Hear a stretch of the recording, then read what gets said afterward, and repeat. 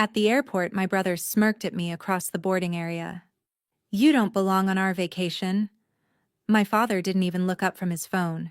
He just nodded, like Dalton had said something obvious. "Go home and clean the house, Margot. Make yourself useful." A woman 2 rows over flinched. She turned her face away to give me privacy. I'd just been handed dish rag duty in public by a man who hadn't paid his own electric bill in 4 years. I didn't ask why my own father booked a family trip and left me off the reservation. I just smiled, picked up my carry-on, and walked toward the gate. The agent at the desk looked up.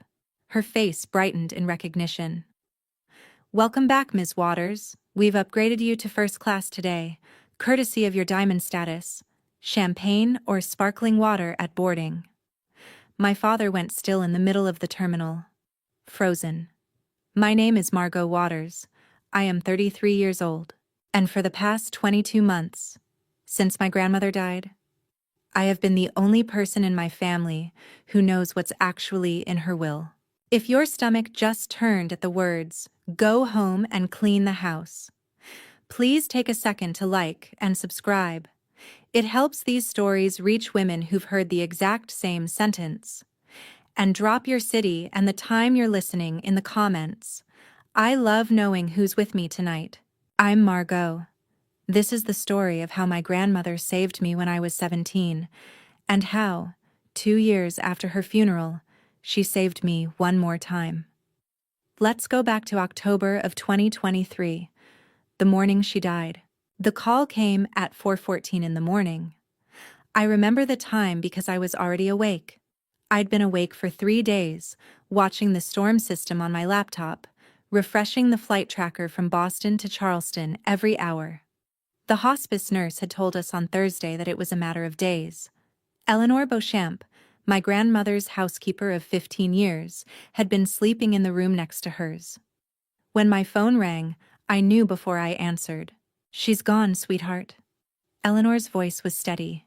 It always was. "About 4 minutes ago. She wasn't in pain. The magnolia was open outside her window. I made sure she could see it. I drove to Logan in the dark. I flew down on the first flight.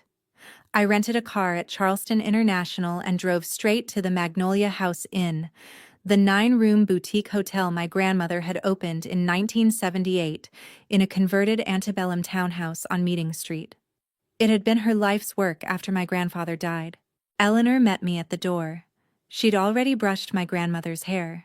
She'd already put her in the navy dress with the lace collar, the one she always wore for important Sundays. The funeral was 3 days later, at St. Philip's Episcopal Church. My father came late. So did my brother. 90 minutes late, to be exact. They walked in during the eulogy in matching gray suits and slid into the front pew like they belonged there. My father shook the priest's hand on the way out and called himself the next of kin. I watched him do it from the back of the church, where I had been sitting alone. After the burial, after the reception in the church hall, after the casseroles and the embraces from old Charleston women I had known since I was small, Vivian Holloway pulled me aside. Vivian was my grandmother's attorney. She had been my grandmother's attorney for 50 years. Vivian was 60, sharp-eyed, soft-spoken, and dressed like a woman who had never in her life been intimidated by anyone in a courtroom. "There are things in her will you need to know," Vivian said. After the burial, she led me back to the inn. Eleanor was waiting in the front parlor. So was Thomas Greer, my grandmother's accountant of 40 years. My father was not. Vivian broke the seal on a thick manila envelope. "I am the sole trustee of the Beatrice Waters Family Trust. My father and brother are beneficiaries entitled to monthly stipends. The trust contains approximately $12 million in assets. The Inn, a townhouse on Beacon Hill in Boston, an apple farm on 180 acres in western Massachusetts, and a portfolio of blue-chip stocks my grandmother had been quietly buying since 1976. There is a morality clause." I closed my eyes. The room was very quiet. "Beatrice left you a video," Vivian said gently. She wanted you to watch it alone first. She put a small flash drive in my palm. I went upstairs. I sat on the edge of my grandmother's bed. I plugged the drive into my laptop. My grandmother appeared on screen, smaller than I remembered, 6 weeks before she died. Oxygen tube under her nose. Same blue cardigan she always wore. Margot, sweetheart, if you're watching this, I'm gone. I made a small sound I didn't recognize. Your father has been stealing from me. Not from the family. From me. I have known for 2 years. I waited because I wanted to give you a clean inheritance, not a war. But the war is yours now if you choose it. Vivienne knows what to do. I trust you. I always have. Be kind, but be unafraid. She paused, looked just past the camera. Money is not love, sweetheart. You remember. I closed the laptop and sat on her bed for a long time. I didn't cry.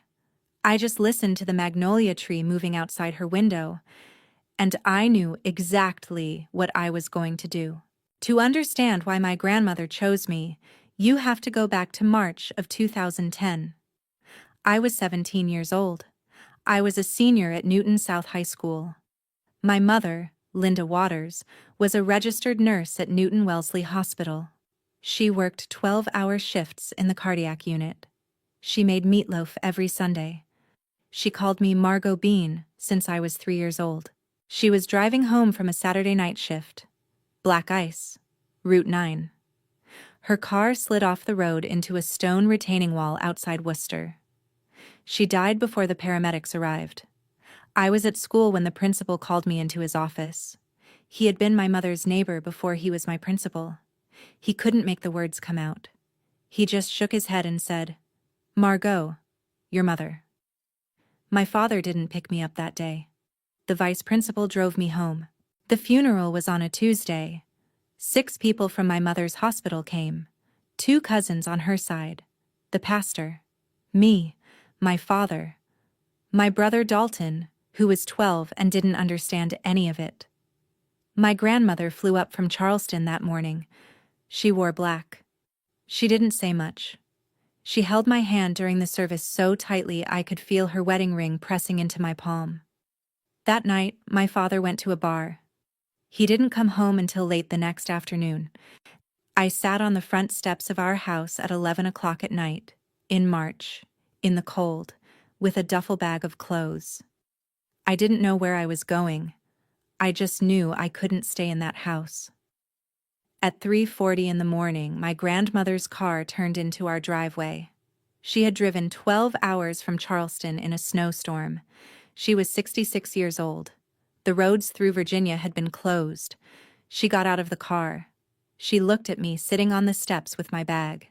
She said, "Pack the rest, sweetheart. You're coming home with me." That's what she said. 5 words. I lived with my grandmother from March of 2010 until June of 2014. She taught me how to make cider in October, the kind you press by hand, with apples bruised soft from her sister's orchard up in the Berkshires. She taught me how to read Faulkner without flinching. She taught me piano, badly, both of us laughing in her front parlor on Sunday afternoons until the upstairs neighbors knocked. She taught me how to ride out a hurricane with candles and a transistor radio. She taught me how to fold a fitted sheet. She taught me to keep a notebook of every promise anyone ever made me, dated, in pen, and not to mention, I kept it. She introduced me to the garden club at 15, Mrs. Halloran, Mrs. Beaumont, Mrs. Lattimore, Mrs. Tate, 14 women who treated me, immediately, like one of their own granddaughters. They knew my mother had died. They knew my father had not come for me. Nobody mentioned it. They just put cookies in my hand and asked me about school.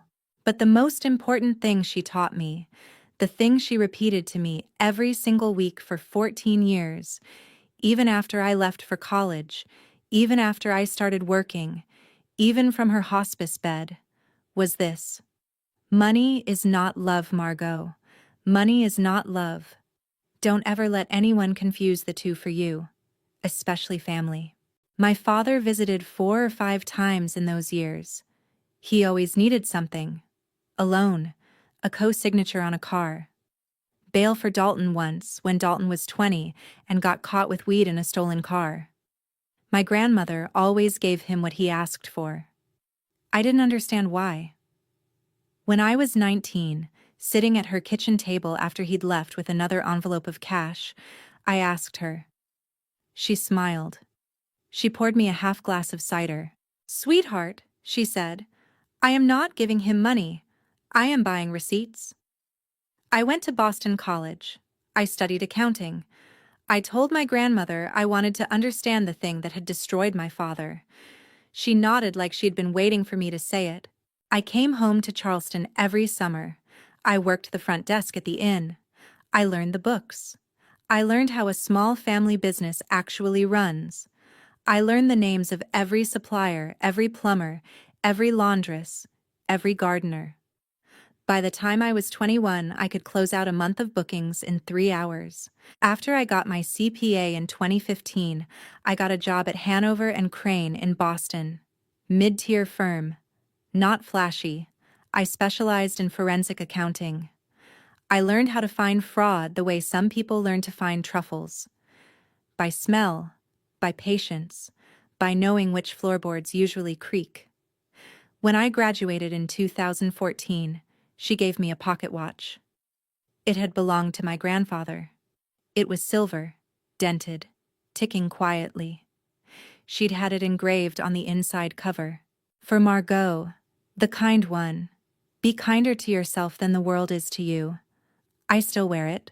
I wore it to her funeral. I wore it on the airplane this morning, when my brother told me I didn't belong on the family vacation. He didn't know I was the only one left who deserved to wear it. In December of 2014, 6 months after I graduated college, my father reappeared. He hadn't called me in nearly 4 years, not on birthdays, not on the anniversary of my mother's death, not when I made Dean's List, not when I passed my first CPA exam. He'd been raising Dalton, who'd stayed with him after my mother died because, my father said at the funeral, boys need their fathers. Translation. Dalton was easier. Dalton didn't ask questions. Dalton would grow up grateful. My father showed up at my apartment in Brighton on a Thursday evening. He brought a bottle of Chardonnay he hadn't paid for.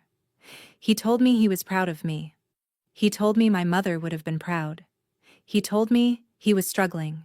The thing about my father, the thing I've come to understand only as an adult, is that he was never quite a villain in the cinematic sense.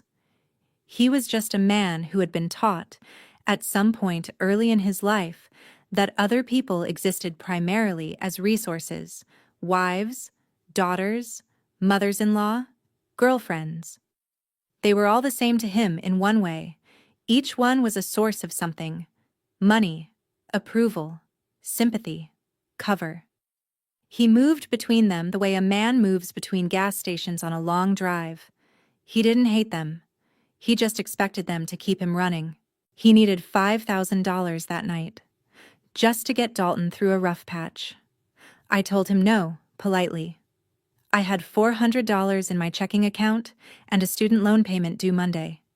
He called my grandmother that night. She wired the money the next morning. That was the beginning of the pattern. From 2015 to 2020, my father asked my grandmother for money roughly every 6 weeks. Sometimes a few hundred, sometimes a few thousand. By my count, by the time my grandfather died in November of 2021, my father had received about $180,000 from her in interest-free, undocumented loans that nobody pretended would ever be repaid. She gave him every dollar. I asked her again, one summer when I came down for 2 weeks. "Why? Grandma, why do you keep giving it to him?" She was on the porch of the inn, snapping green beans into a steel bowl. She didn't look up. "Because I want him to keep asking, sweetheart, and I want a paper trail of every single dollar. He is writing his own ending. I am just keeping the receipts." In November of 2021, my grandfather died. Heart attack. He was 83. He went quickly. My grandmother was 79. She was already in early heart failure herself, though she hadn't told anyone. She told me later it was because she didn't want me to come home and make it about her.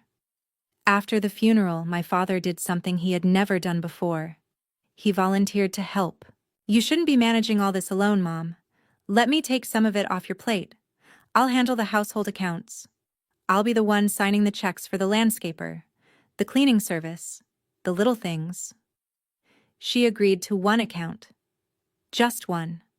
A household account with $200,000 in it, used for the maintenance of the inn and the Boston house.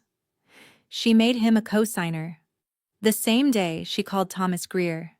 "Thomas," she said, "starting next month, my son-in-law is on the household account. I would like you to send me a copy of every single transaction, the same day it clears. Every single one. No exceptions." She started getting the reports in December of 2021. The first withdrawal that wasn't a household expense was $8,000 in February of 2022. The memo line said, "Lawn project." There was no lawn project. She didn't say anything. She just smiled when Thomas called her with the news. She told Eleanor that night, over cider on the back porch. "He's started. Took him 3 months. He's faster than I thought." My grandmother was 79 years old and dying of slow heart failure, and she was playing a 4-year chess game with my father. He never saw a single move. 3 months after my grandmother died, in January of 2024, Vivienne, Thomas, and I sat in a conference room on State Street in Boston. Thomas had flown up from Charleston. There was coffee and a box of pastries nobody was eating. Thomas placed a bound report in front of me. It was 80 pages. "This is the audit of the household account from November of 2021 through October of 2023. The day she died, there was $138,500 missing, all siphoned off in increments designed to look like maintenance expenses. None of them are real." I opened the report. I read the first page, then the second. My grandmother had every transaction flagged, every one, in her own hand, with little notes in the margin. "Lawn, no work done. Confirmed with neighbor Mrs. Halloran. Plumbing, no plumber on file. Roof inspection. Inspector firm not licensed in state." She had been documenting my father, item by item, for 2 years. I closed the report. I wasn't shocked by the money. I was shocked by something else. I was shocked at the realization that my grandmother had let him keep stealing, that she had let him build the rope, dollar by dollar, knowing she would not be alive to see what he hung himself with. She had left it for me. For a moment, sitting in that conference room on State Street, I was furious with her. Not at my father. I had been quietly furious with my father for 15 years, and the heat of it was old, banked, manageable. I was furious with my grandmother for not telling me, for letting me sit at her father's table every Thanksgiving from 2014 to 2022, smiling at him, passing him the gravy, while she sat in Charleston with a notebook full of his lies, for making me complicit in my own ignorance. The fury lasted about 11 seconds. Then I understood. She had not told me because she did not want me to spend my 20s being angry. She wanted me to spend my 20s learning forensic accounting. She wanted me to spend my 20s becoming, in a slow and careful way, the exact woman who could stand at a podium in her parlor and read his sins out loud without my voice shaking. She had not been protecting him. She had been building me. I closed the report. "Margot," Vivienne said gently, "the morality clause requires evidence of one of 3 things: embezzlement, defamation, or a pattern of demeaning the trustee in front of 3 or more witnesses. We have embezzlement. If we move now, your father loses his stipend. The trust forfeits his beneficiary status." I looked at the report. I looked at Vivienne. I looked at Thomas. "Not yet," I said. Vivienne's eyebrow went up. Why? Because if we move now, he loses his stipend and that's it. He'll claim it was a misunderstanding. He'll say my grandmother was confused on morphine. He'll say I manipulated her. I need it airtight. I need him to dig the hole so deep he can't argue his way out of it. I closed the report. I want him to keep stealing. I want him to humiliate me in public, at least once, in front of witnesses. I want him to defame me. I want a memorial, her memorial, where he stands in front of 50 people and calls himself the patriarch. And then I want everything to fall on his head at the same time. Vivian looked at Thomas. Thomas looked at Vivian. Then Vivian smiled. It was the smile of a woman who had been waiting 50 years to win the right case. Your grandmother said you'd say that, she said. She told me. She said, my granddaughter will not flinch. Give her the time she asks for. From March of 2024 through June of 2025, I played the long game. I went home to my father's house every Thanksgiving. I sat at his table. I let him introduce me to his new lady friend, who wasn't really new. He'd been seeing her since before my grandmother died. I let him ask me for money to my face, and I gave him small amounts. 600 here, 800 there. Every transaction logged.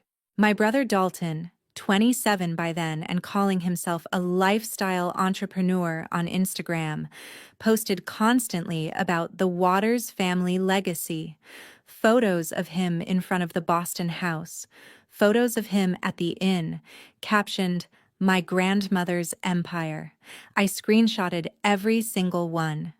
In June of 2025, Thomas finalized the full audit, $480,000 total, across 4 years, through 5 different channels. Vivian called me. It's enough, Margot. We can move. I said, not yet. Let me see if he'll defame me publicly first. She laughed dryly. I knew exactly what would set him off. My grandmother's 2-year memorial was coming up in August. He always loved a podium. In July of 2025, I hired a private investigator. Not a dramatic one. A retired Boston PD detective who did mostly insurance work. I gave him one name, Tiffany Beaumont. He came back in 8 days. Tiffany Beaumont, 37, formerly an executive assistant at a mid-size commercial real estate firm in Back Bay. Met my father at a restaurant function in 2019. Began dating shortly after. My father had paid the rent on her condo on Beacon Street. $86,000 over 4 years. He had stopped paying in November of 2024. She had been carrying the rent herself ever since. She had filed eviction protections twice. She had not heard from my father in 5 months. I called her on a Tuesday morning from a conference room at Hanover and Crane. She picked up on the second ring. Her voice was tired. I told her my name. I told her who my father was. I told her that I was about to do something, and I was calling her first because she deserved to know what was happening, and to choose whether she wanted to be in the room when it did. She was quiet for a long time. I could hear her breathing.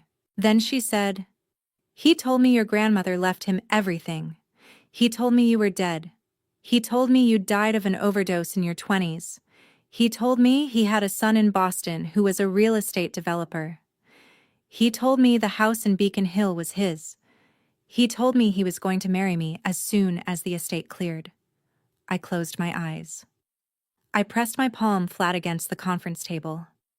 How long did you believe him, Tiffany? 3 years. Then I started checking things. I'm not stupid, Margot. I just wanted to be loved.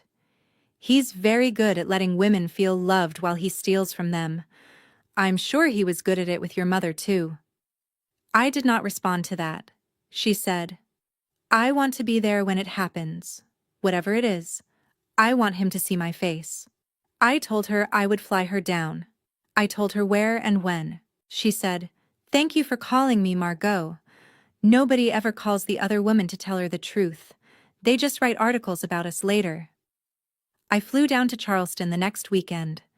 Eleanor met me at the door of the inn like she always did. We had tea on the back porch. Then she said, "Come upstairs. There's something I should have given you a long time ago." She took me to my grandmother's old bedroom. She opened the bottom drawer of the writing desk. She pulled out a small leather notebook, the kind you might use for grocery lists. She placed it in my hands.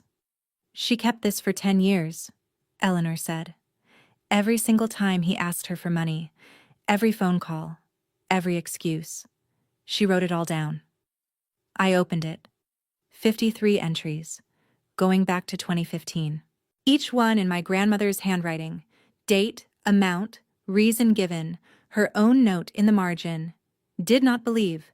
Sent anyway. Dalton needs braces. Dalton is 18. Sent anyway. Said the IRS was after him. Called the IRS. They were not. Sent anyway. Said the boiler exploded. Called the building. There is no boiler. Sent anyway." Page after page. 10 years of small, careful, methodical accounting of every single lie. In the margin of the entry from June of 2019, she had written, in a steadier hand, "He is going to give Margot all the evidence she needs. He just doesn't know it yet." The last entry was dated September 22, 2023, 3 weeks before she died. Gerald called. Wants $4,000 for car repair. This is the 53rd time. I have everything I need now. Margot will know what to do. I am tired. I am ready.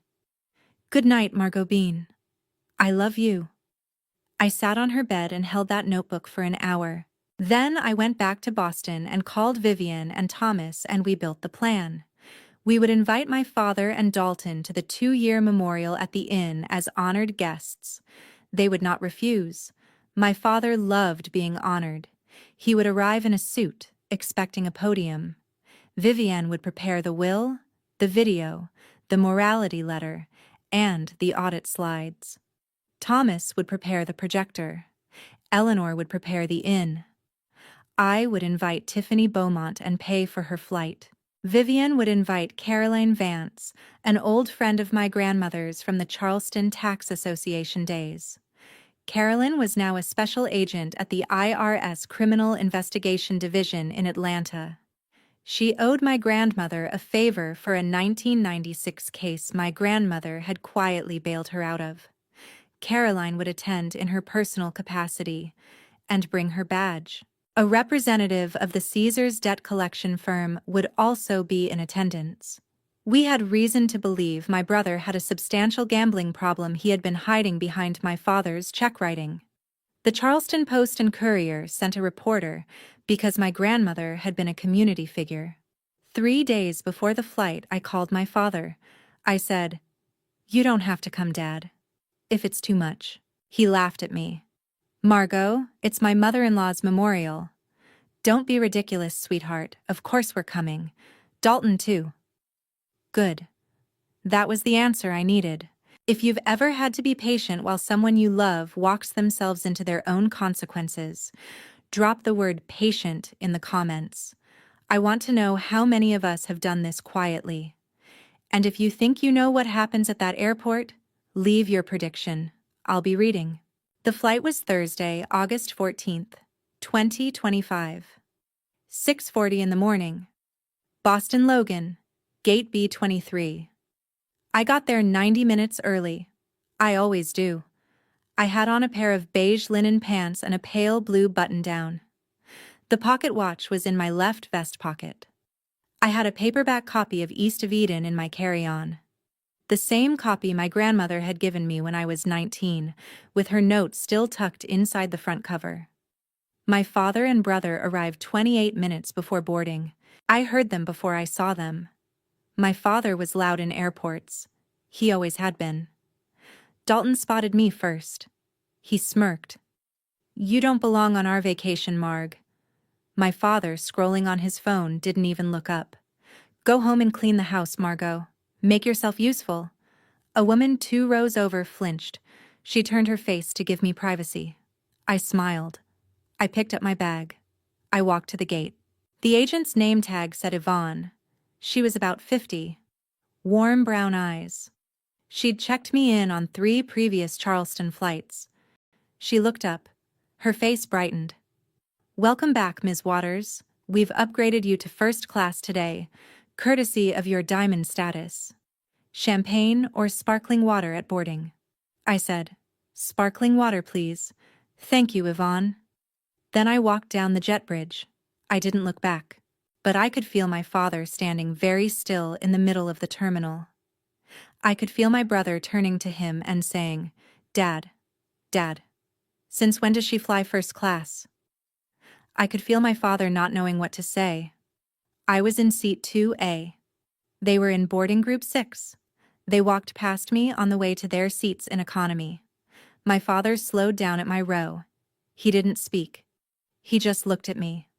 I opened my book. My brother muttered, just loud enough for me to hear. "Probably a one-time upgrade. Pity from the airline." I turned a page. About 40 minutes into the flight, somewhere over Connecticut, a flight attendant brought me a glass of sparkling water and a small dish of warmed nuts. She set them on the tray. Then she leaned down and said in a soft voice, "Ms. Waters, the captain says hello. He flew with your grandmother out of Charleston a few years ago. He remembers her." She smiled. "He says to tell you he's sorry for your loss." I thanked her. I didn't trust myself to say anything else. 20 minutes later, the man in 2B, a businessman in his 60s, leaned over and said quietly, "I couldn't help but overhear. Beatrice Waters from Charleston?" "Yes, sir." He nodded. "She bought my company's first commercial roof in 1981, stayed on the books as a client for 30 years. Decent woman. I'm sorry." I looked out the window. The clouds were very white. 2 hours and 40 minutes after takeoff, we landed at Charleston International. I got off the plane first. I walked through the terminal slowly. I didn't wait for them. Eleanor was waiting at arrivals, in my grandmother's old 2008 Lincoln Town car. She got out of the car when she saw me. She was wearing a cream blouse and her hair was up. 72 years old.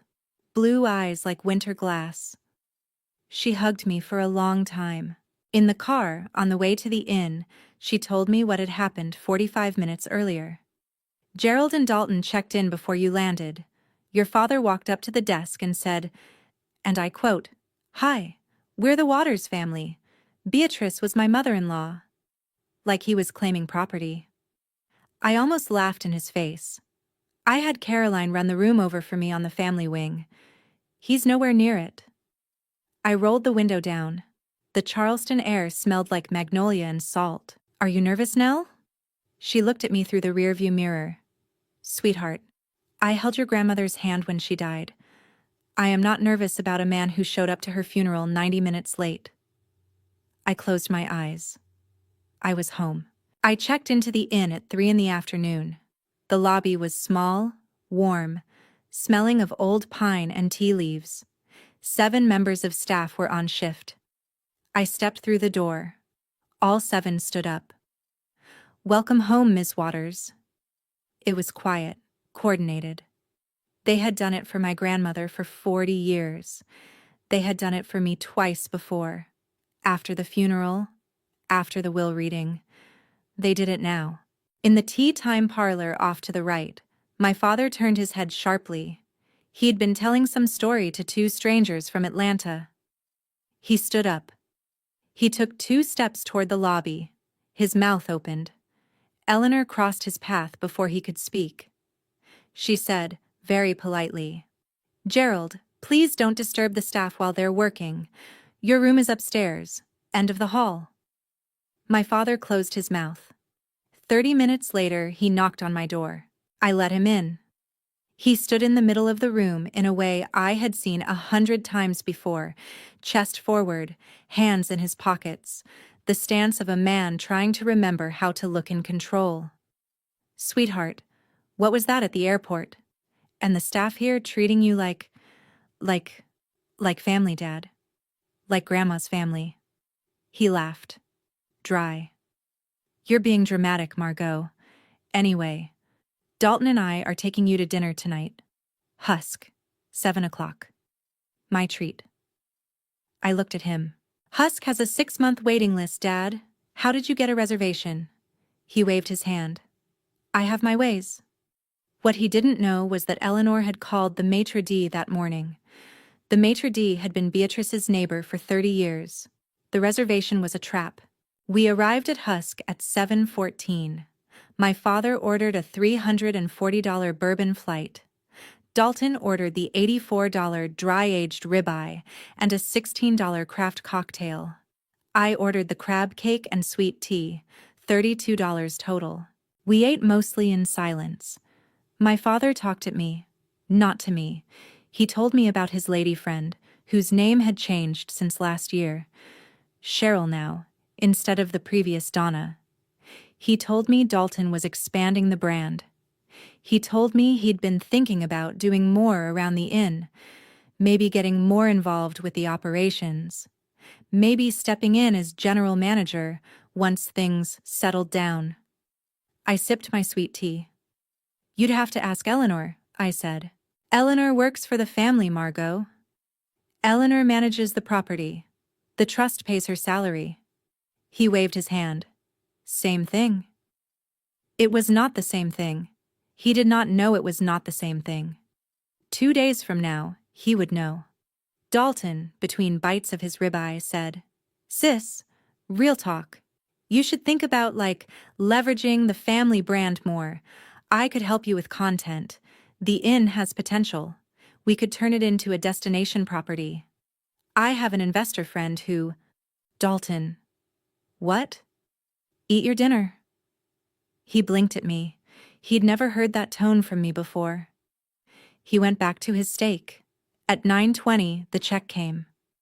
My father slid out his Amex Centurion, the black card. The one connected to the household account, the one my grandmother had set up for him in 2021. He smiled at the server. He always smiled at servers when other people were watching. The server walked away with the card. 4 minutes later, she came back. Sir, this card has been declined. Do you have another form of payment? My father went pink across the cheekbones. Try again. There must be a mistake. I tried 3 times, sir. Dalton fumbled out his own card. Visa. Declined. $14,000 limit. Already maxed out from a trip to Vegas 2 weeks earlier. My father turned to me. Margot, sweetheart. I sipped my sweet tea. I didn't move. That's when Vivienne stood up. She had been sitting at a table 6 feet behind us the entire meal, reading, drinking a glass of red wine, in a navy suit. 60 years old, calm as a windless harbor. She walked over. She handed her own card to the server. On the trust, please. I'll explain to Gerald later. The server nodded and took the card. My father turned. His face went through 3 colors. Vivienne? What are you... We'll talk Saturday, Gerald. Dalton looked up from his ribeye. Wait. Dad. Who is this woman? My father said, very slowly. Your grandmother's lawyer. Dalton blinked. Then why is she paying our dinner? My father did not answer. He just looked at his bourbon like it had personally betrayed him. We rode back to the inn in silence. My father got out at the curb without speaking to me. Dalton followed him in. They went straight to their room. Eleanor was in the kitchen when I came in. She had a small plate of pecan cookies waiting on the counter. She didn't ask how it went. She said, Saturday at 3. Everything is ready. Sleep, sweetheart. I went to bed in the upstairs back room, the one my grandmother had always saved for me. I slept like a child. I woke up at 7 on Saturday, August 16th, 2025. The light through the lace curtains was pale gold. The magnolia outside the window was still. I put on the dress my grandmother had given me on my 28th birthday. Black. Simple. Knee-length. 3 small buttons at the cuff. I put the pocket watch in my left pocket. I went downstairs to the kitchen. Eleanor was up. She'd been up since 5. She was making buttermilk biscuits, the way my grandmother had taught her in 1989. The kitchen smelled like flour and butter and lemon. She slid a plate to me without speaking. We ate at the counter. 2 stools. No talking. After a long while, she said, "Your grandmother would be wearing the navy dress today. The one with the lace collar." "I know, Nell. I packed it for you. I want you to wear it." She put her hand over her mouth. She nodded. She cried for the first time in a week. At 10 o'clock, the setup began. The main parlor of the inn, the long room with the bay window facing Meeting Street, the room where my grandmother had hosted 40 Christmases, was prepared for the service. Fresh magnolia branches in 2 tall white vases. A large framed photo of my grandmother on an easel at the front. Taken on the porch in 2019, holding a glass of cider, laughing. 48 folding chairs in rows. A small podium to the right, draped in cream linen. To the left, a screen, discreet, already connected to Thomas's projector. Vivienne arrived at 10:30 in a navy suit. She carried 2 leather portfolios. She set them on the small side table beside the podium, the one no one would notice. She walked over to the screen. She tested the connection with Thomas. The screen flickered. The first slide was just my grandmother's name and the dates of her life. They would not advance past that slide until Vivienne tapped the remote in her pocket twice. Adelaide Hartwell arrived at 11. She was the senior features writer at the Charleston Post and Courier. She had profiled my grandmother 3 times over the years. Once when the inn opened, once when my grandmother won a community award in 1998, once on her 80th birthday. Adelaide was 50-something, broad-shouldered, observant, with the calm of a woman who had been to too many funerals to be theatrical at any of them. She had a notebook and a small camera. She nodded at me from the doorway. I nodded back. Caroline Vance arrived at 11:15, navy suit, hair in a low bun. She looked exactly like what she was, an IRS special agent in her early 50s who could read a fraudulent invoice from across a room. She hugged me at the door. She said, "Your grandmother was a steady friend. I owe her this." She slipped into the back row. At 11:30, Tiffany Beaumont's taxi pulled up to the back entrance. I met her at the service door. She was wearing a simple gray dress, no makeup, tired around the eyes. She handed me a brown envelope. "It's the lien paperwork," she said. "I'll file it Monday morning, but I brought a copy for today in case you need it." I nodded. "Will you testify, Tiffany? If we need you to?" "I'll do whatever you need." I led her to the small breakfast room off the kitchen, where she could sit out of sight until the right moment. I put a glass of iced tea in her hand. She said, "Thank you for finding me, Margot. He told you I was dead. He told me a lot of things. None of them were true." At 1 o'clock, the guests began to arrive. The Charleston Garden Club came first. 14 women, all in their 70s and 80s, all in pastels, all in wide-brim hats. They had been my grandmother's closest friends for 40 years. Each one came through the door, found me, and held my face in both hands. "Beatrice would be so proud, sweetheart. She talked about you every Tuesday. You hold yourself like she did. Same chin." I let them. I let every single one of them. The priest from St. Philip's came. My 5 colleagues from Hanover and Crane flew down from Boston. 2 cousins on my mother's side I hadn't seen in 15 years. A quiet, well-dressed man in a charcoal suit who slipped into the back row without speaking to anyone. The debt collection counsel for Caesars Atlantic City. Vivienne had emailed him. He was on the clock. By 2 o'clock, there were close to 50 people in the parlor. The room hummed quietly with the sound of older Southern women remembering a friend. I stayed in the back. I didn't circulate. Eleanor had told me gently that morning. "Sweetheart, you are not the hostess today.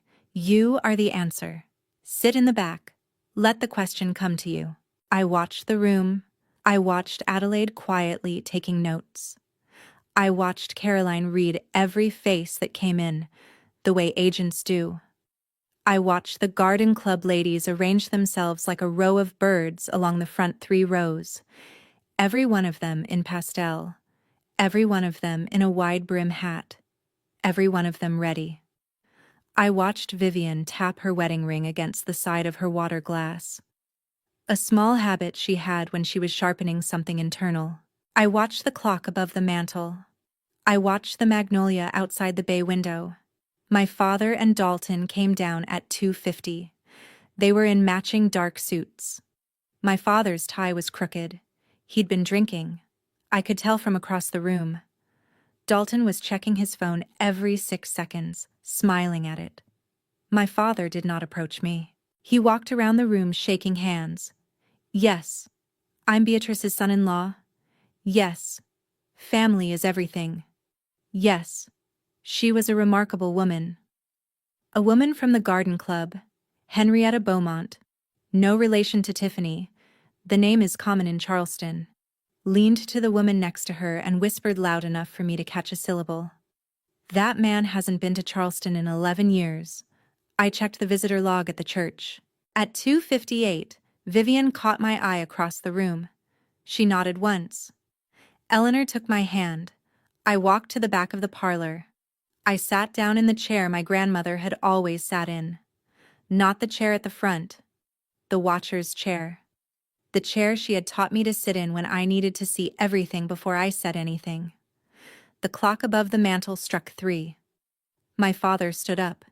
He walked to the podium. Nobody had invited him. My father tapped the microphone twice. "Friends, family, thank you for being here today. Beatrice was a great woman."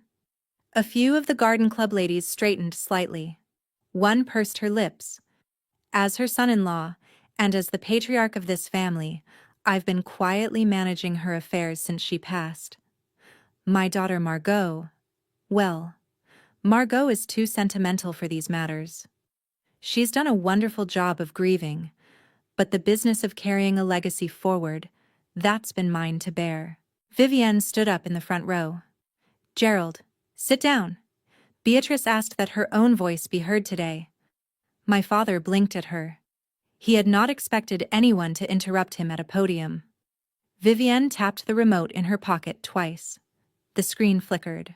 My grandmother appeared. The room drew a single breath. It was the video from 6 weeks before she died. Same blue cardigan. Same oxygen tube.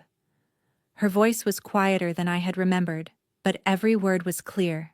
"If you're watching this, I am gone. My granddaughter Margot is the trustee of my estate, not Gerald. Gerald has been gambling and chasing women and stealing from this family for years. I have proof. Margot, my love, the trust is yours.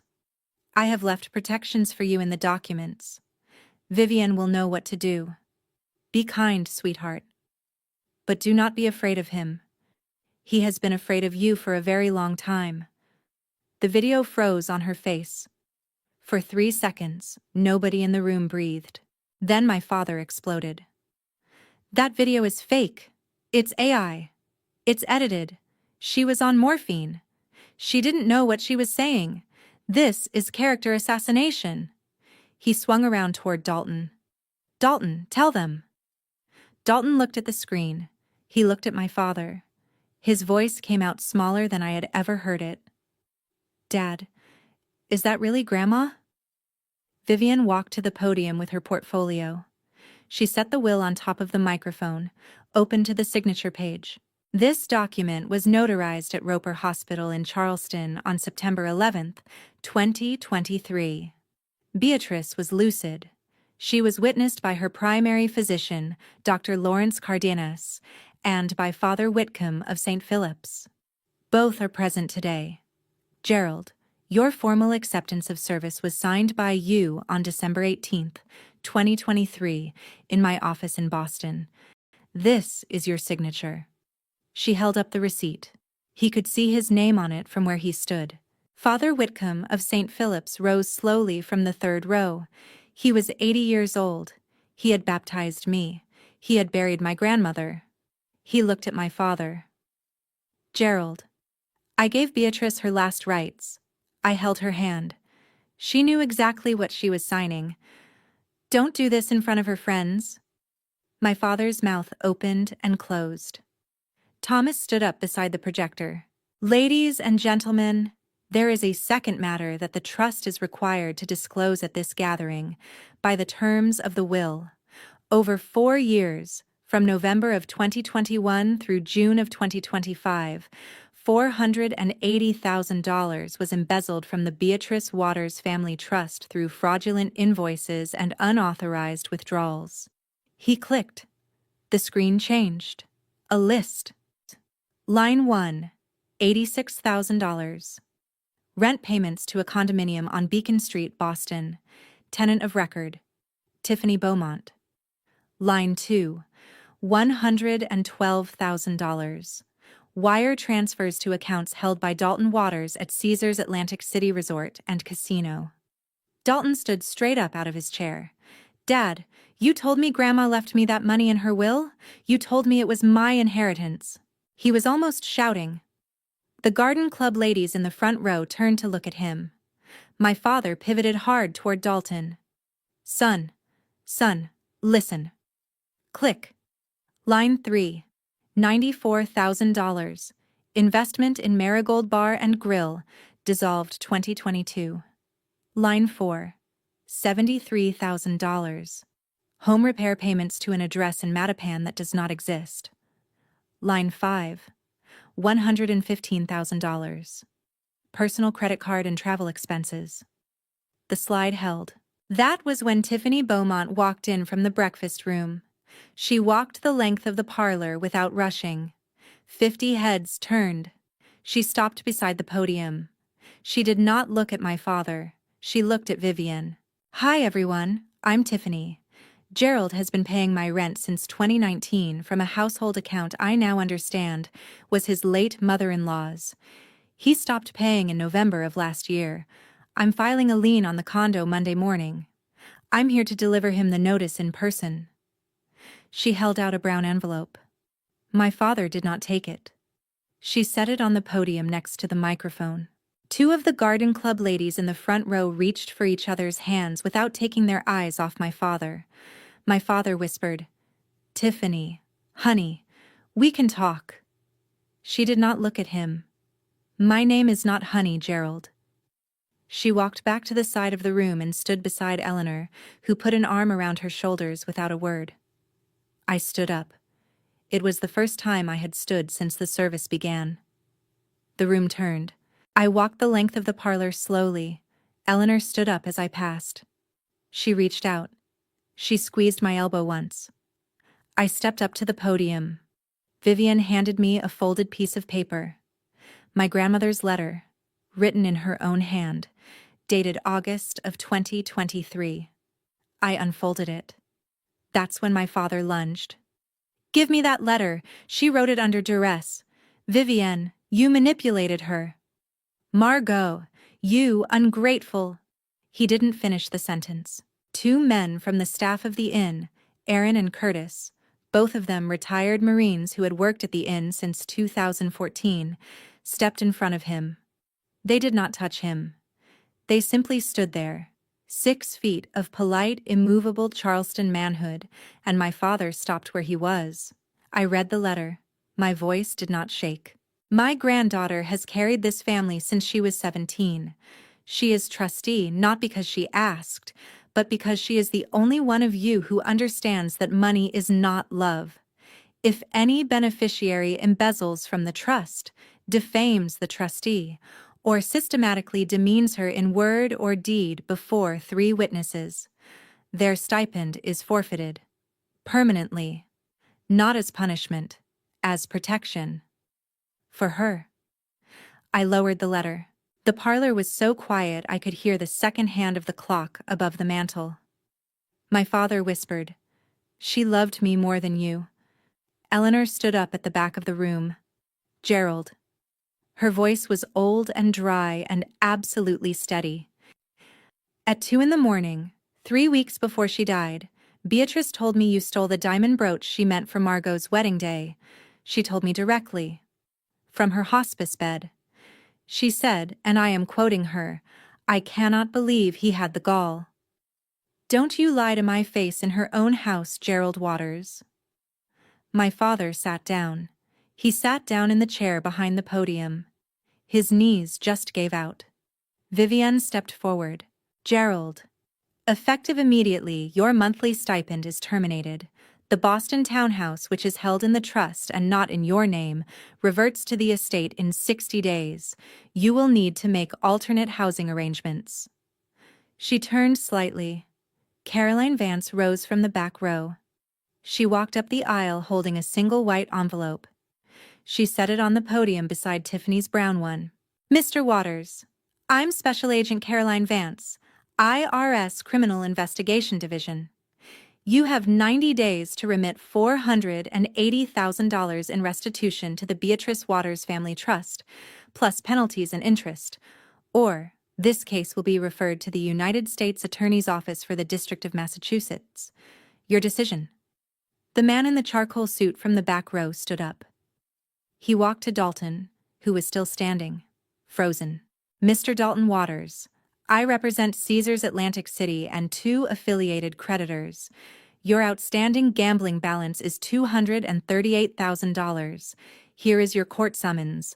Atlantic County Superior Court. You will be served formally on Monday. Dalton sat down on the floor. He was 28 years old, and he sat down on the floor of a parlor in Charleston and put his head in his hands and cried like he was 12. I looked at my father. For the first time the entire afternoon, I looked him in the eye. You wanted to know why she chose me, Dad? The room held its breath. Because when I was 17 and Mom died, you went to the bar. And Grandma drove 12 hours in a snowstorm to make me oatmeal. I closed the letter. She raised me. You raised yourself. He did not answer. 2 Charleston police officers, who had been waiting in the kitchen since 2:30, called there by Caroline's office for property management purposes, entered through the side door. They were polite. They were quiet. They explained to my father and brother that they were not under arrest, but that the property owner was requesting their removal from the premises. They escorted both of them out to a waiting car. The parlor was silent for about 4 seconds after the door closed. Then one of the garden club ladies, Mrs. Halloran, who had known me since I was 9, began to clap. It spread. It wasn't loud. It wasn't celebratory. It was the slow, dignified clap of 50 Southern women who had just watched a long, careful piece of justice arrive on time. It was the clap of women who had been waiting, in some cases their entire lives, to see a Gerald Waters walked out of a parlor under his own collapsing weight. They were not clapping for me. They were clapping for the principal. Father Whitcomb, 80 years old, crossed himself. Adelaide Hartwell, the reporter, did not write anything down. She just watched the room. I stood at the podium. I did not cry. Not yet. If you've ever had to grow up alone, without the parent who was supposed to stay, please leave the word oatmeal in the comments. For my grandmother. And for everyone's grandmother who made breakfast when the world fell apart. We see each other tonight. The parlor emptied slowly. Each of the 14 garden club ladies hugged me on the way out. Henrietta held my face in both hands and said, "Sweetheart, your grandmother won this morning. She won. Don't forget it." Eleanor brought out a bottle of cider from the cellar, one of the last batches my grandmother had pressed herself in October of 2021, before her hands began to shake. She poured a small glass for me. I drank it standing in the front hall. I walked out the back door of the inn, into the garden. I sat down on the wrought iron bench under the old magnolia, the one she had sat on for 40 years. The cushion was still indented from her shape. Henry, my dog, The rescue retriever I'd adopted 6 months after her funeral, the one I had named after my grandfather, pushed open the garden gate and trotted over and put his head on my knee. I cried out loud for the first time in 22 months. Not for my father. Not for Dalton. For her. I did it, Grandma. I did it. But you're still not here. The magnolia did not answer. The bench did not answer. Charleston in August at 6 o'clock in the evening, the cicadas, the salt in the air, the gold light against the White House. None of it answered. Eleanor came out about 10 minutes later. She sat down next to me. She didn't say anything for a long time. Then she said, "She knew you would cry out here, she told me." She said, "When the war is over, Margot will come to the Magnolia. Bring her cider. Don't ask her anything." She pressed a glass into my hand. We sat under the tree until the sun went down. The Charleston Post and Courier ran the story on Wednesday, August 20th. Front page of the local section. Headline: Beloved Innkeeper's Will Exposes Family Fraud at Anniversary Memorial. Adelaide Hartwell had done it gently. She quoted 3 of the garden club ladies. She did not mention Tiffany by name. She closed the piece with my grandmother's own words about money, lifted from a 1998 community profile. Within 5 days, Dalton lost 18,000 Instagram followers. His protein bar sponsor terminated his contract. My father posted 3 rants on Facebook that were automatically fact-checked and labeled. Cousins I had not heard from in a decade started calling me. I did not answer. On the following Monday, my father called my office in Boston. Twice. I did not pick up. He left 2 voicemails. The first one was rage. The second one, 20 minutes later, was an apology in the tone of voice he used for women he wanted something from. I did not respond to either. Vivienne and Caroline were in regular contact about the IRS timeline. My father was, last I had heard, attempting to sell the Newton house and put the money in trust. He would not get to keep the difference. The estate would. He would have, after restitution and penalties, the Social Security checks he had been ignoring since he turned 62, and whatever Cheryl was willing to give him. He had moved in with her. They were said to be fighting often. Dalton was scheduled for court in Atlantic City in November. He had stopped posting on Instagram entirely. I had not spoken to either of them. I do not plan to. In October of 2025, on a Tuesday afternoon at the apple farm in the Berkshires, I was sitting on the porch in my grandmother's old flannel. Eleanor had flown up for the weekend. Henry was asleep at our feet. She held my hand. She said, "You know what she told me the last week?" She said, "Margot is the kindest of all of us. I hope the world doesn't break that." I smiled. Tears came anyway. "It tried, Nell." I took the pocket watch out of my pocket. I opened it. For Margot. The kind one. Be kinder to yourself than the world is to you. I closed it. I put it back over my heart. The sun was setting behind the apple trees. Money is not love. My grandmother told me that every week for 14 years. She was right about everything, especially this. I didn't win. I just stopped losing the people who never loved me to begin with, and started building a life with the ones who always did.